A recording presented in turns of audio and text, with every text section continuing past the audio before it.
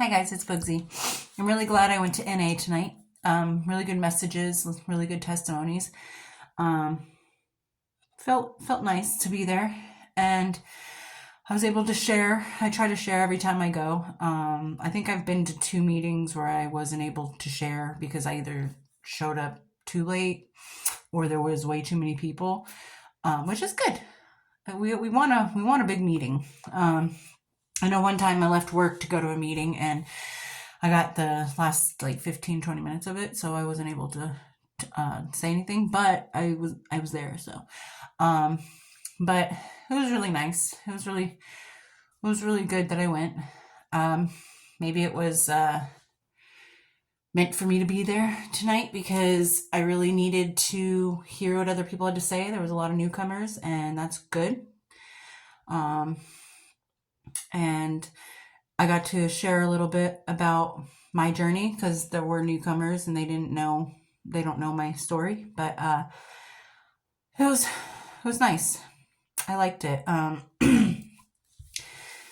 If you are out there struggling, if you guys are having a hard time, especially during the season, reach out to somebody, go to a meeting, talk to a friend, a family member, a doctor, even if you can get to a doctor.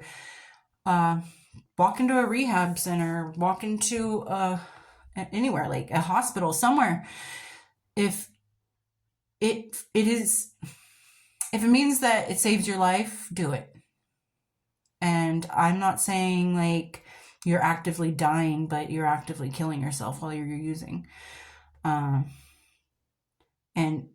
there are people out there who care. There are people out there who want to help you.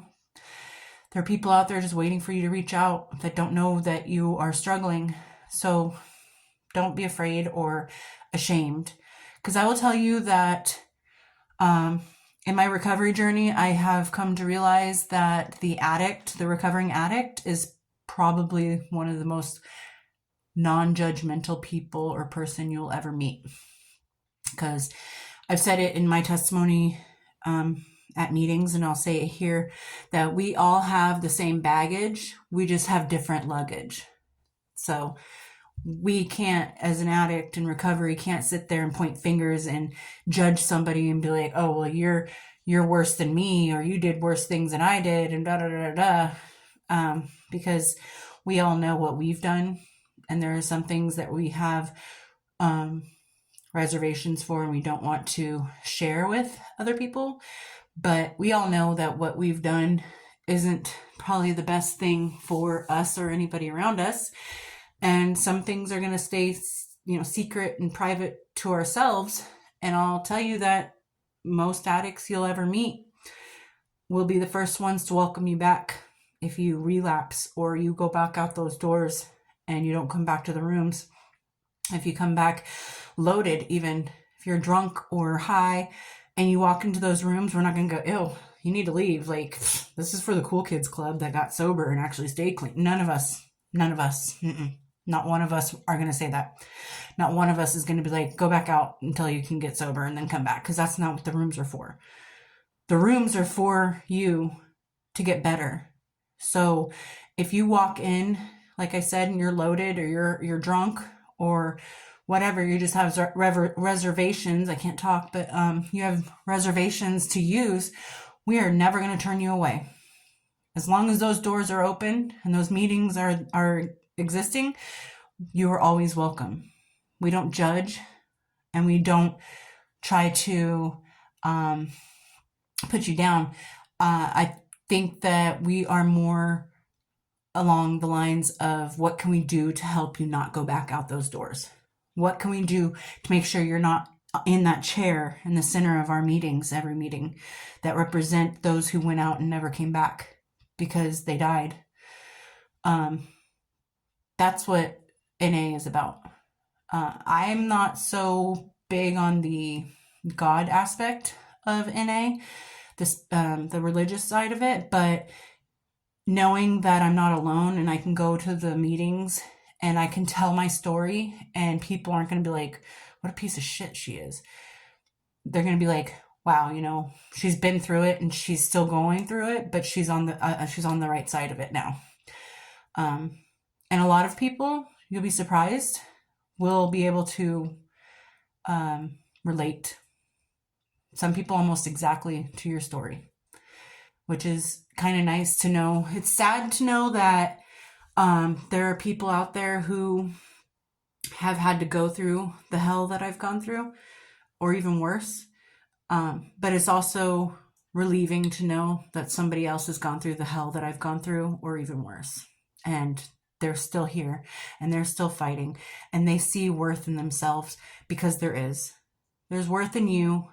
There's worth in me, and you're worth your recovery. We are all worth our recovery. And if you are having a burning desire, if you're feeling lonely, if you're just not sure if sobriety is the road that you can take, rest assured you can take that road. That road is open for anyone who wants to get clean. And that road is the most welcoming and the most like, oh, I'll let you in. Go ahead. You don't even need a blinker. Just come on in. Like, that road is the road you need to be taking, because you're worth it. You're worth your recovery, your family and your friends and your coworkers, your acquaintances, all of that. They are hoping for you to get better. And even if they aren't, if they're the type that are just like, let me just give up on this person because, they're a lost cause, don't listen to them. There are many, many voices that will be in your head that tell you that addiction is the only way to be, and only way to go, the only life to live. And it's not. Voices that can be just a friend of yours, like, oh yeah, she's a drug addict, and writes you off for the rest of your life, or talks crap about you behind your back because you made mistakes. Those are just parts of addiction that have found their way out of your own mind, because I know addiction will sit there and tell you in your ear, like, hey, come on, you need me. And I remember so many times I'd be like, no more. And addiction was like, just one more. Come on, just one more. And that one more would be another more, and another one, and another. So that mentality and that voice in your head, that addiction just keeps burrowing into your brain, it finds its way out. It finds its way through other people to come at you and talk to you and try to push you back. But you're stronger than that. And there are people who believe in you. And even if you feel like you're not strong enough to make it, I guarantee you there's somebody who's strong enough to help guide you and hold you and help you through the darkness. I'm that type of person that I know my way around hell, and I know my way around the darkness so well that I'm not afraid to go back in to guide you out. And I'm not afraid, and I know my way around. Lord knows I know my way around. So I will find you and I'll bring you out the best I can, but I need to know that you're in there. So reach out to someone. Reach out to me. Reach out to friend, family. Addiction is not the life you need to be living. And it is something you can overcome. I promise. It's not an easy road. It's not a fun road. Some days it hurts. Some days you just feel so sick. Some days you just feel like giving up. But I'll tell you what, at the end of the road, when you reach that point of recovery, you'll be glad you did. Because sobriety is worth every minute. And just remember, one day at a time, life on life's terms, and we are worth our recovery. Talk to you later.